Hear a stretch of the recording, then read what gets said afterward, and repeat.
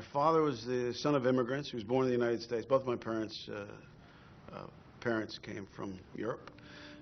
They were both born in the United States, and my father served in the South Pacific in the Army, fought in New Guinea and the Philippines. Both my parents, who worked very hard to ensure that I got a proper liberal education, you know, liberal with a small L, that I spent my time learning things because being well educated would stand me in good stead later on, and they were absolutely correct.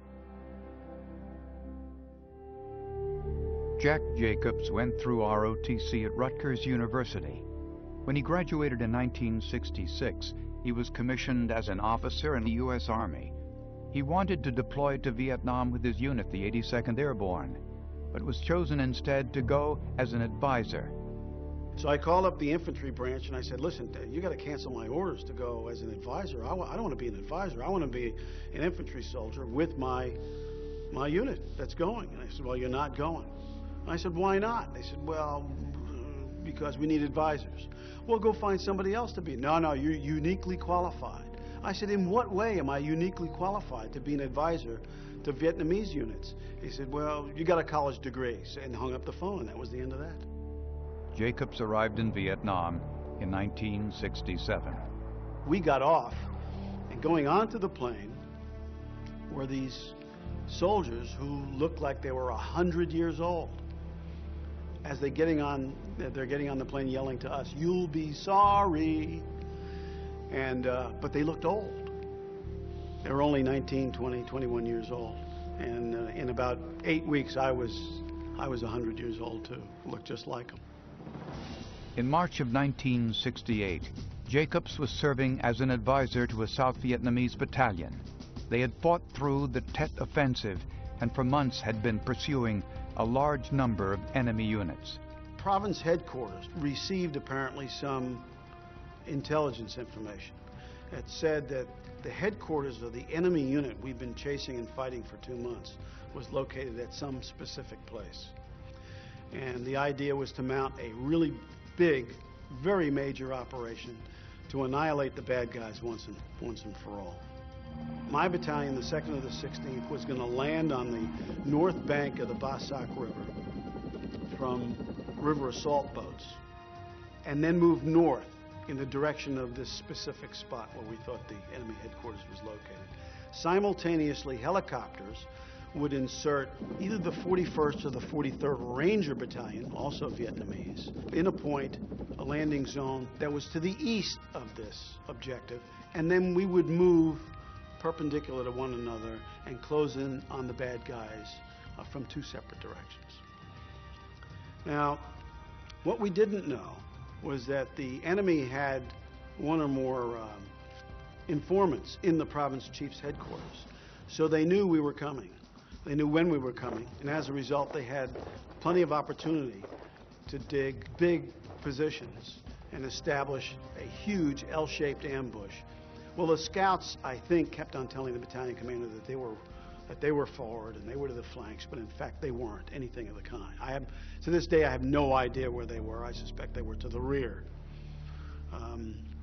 Maybe they knew we were going to walk into this enormous ambush, but walk into it we did. We had an entire battalion, and certainly the 2 lead companies, caught in the open in a kill zone. Mortars exploding, rifle and machine gun fire, and we lost, I don't know, 75 or more men killed or wounded in the first 10, 15 seconds of the battle. I was wounded in the initial part of the ambush by mortar fragments.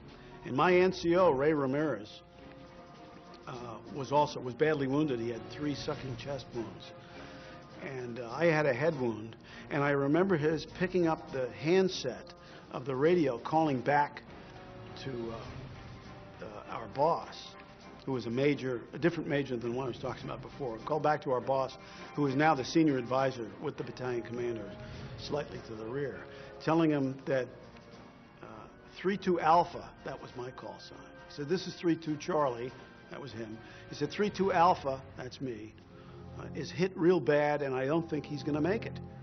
And then he falls over from his wounds. So I pick up the handset and I said, this is 3-2 Alpha. 3-2 Charlie is hit real bad, and I don't think he's going to make it. And the boss says, what is this, a comedy routine? You guys get to work. Unfortunately, I was badly wounded, too, and I was losing a lot of blood. But I didn't realize it at the time. I knew I was wounded, but I didn't think I was as badly wounded as I was. And so I set about doing what anybody else would do in the same situation. You have to kill the bad guys, and you have to save the good guys. Jacobs called for and directed airstrikes on the enemy. But their well-entrenched positions and the intensity of their fire drove off the U.S. fighters. With casualties mounting, including the company commander, the troops began to panic. There are a couple of things that go through your mind. The first is that if you're going to stay where you are, you're going to die. Second thing was my perception that I was probably the only guy in a position to do anything, that everybody else was so thoroughly incapacitated that they couldn't act. The third was the perception that this was a genuine crisis and something had to be done, even if it's wrong.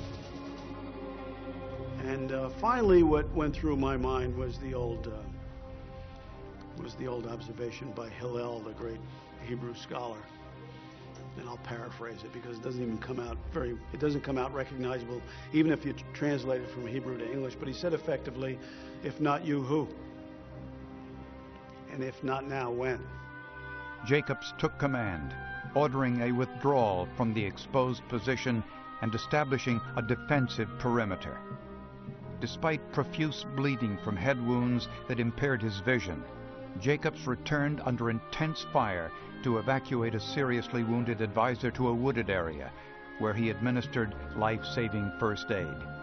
Then he returned yet again to evacuate the wounded company commander.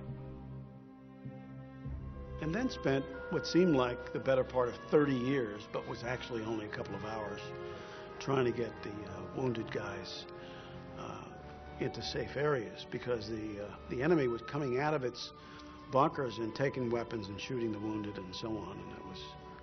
But that also made them vulnerable. And I remembered then what I had learned some months before, that if they were aligned along a canal, that it was a linear defense, and if I could get to the side of it, I'd be able to defeat the bad guys without as much danger as I otherwise would. So I went to the side and started rolling up their flank, until such time as it gave me enough room to evacuate some of the wounded guys. But it seemed like a long, long time, but it was really only a couple of hours. Jacobs single-handedly saved the lives of 1 U.S. advisor and 13 Allied soldiers. The ceremony took place 16, 18 months after the action. It was on a glorious day, early fall day. President Nixon was the president at the time who rendered the award, but the Secretary of Defense was there, Secretary of Army, the Army was there, and so on. I was shocked by the sea of people on the White House grounds. They had given off government workers to come to the ceremony, had opened up the White House gates. Anybody who wanted to could come on to the White House grounds, and times have changed, haven't they? And you could see nothing but people as far as you could see on this sparkling day, and that was the most shocking thing about the entire ceremony. I remember he asked me if I was nervous. And I said, no, sir, I'm not. And I remember seeing beads of sweat on his upper lip. And I came to the conclusion that he was nervous.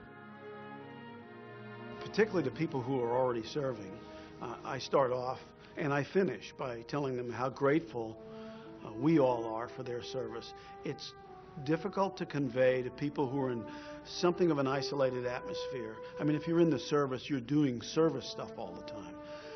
It's not that you don't have very much contact with the outside world, but you certainly don't have contact with the outside world with people saying thank you. So I think it's my obligation to carry the message to these kids that they are doing a good job, and that everybody, if they possibly could, would thank them. To young people who are not in the service, it's something of a different message. And that is that we all do have a responsibility to do what we can to defend the Republic. And again, that doesn't necessarily mean that you have to take up a weapon, fix bayonets, and charge the enemy. There are lots of things that all of them and all of us can do to defend the Republic in our communities. And we need to think about how we can do that. You don't have to be in the Army, the Air Force, the Navy, the Marines, and the Coast Guard to serve freedom. You can do that in your community, and that's one of the messages I try to give to kids. They need to look for ways to serve their communities and to be satisfied with what they've done and be proud of what they've done to serve their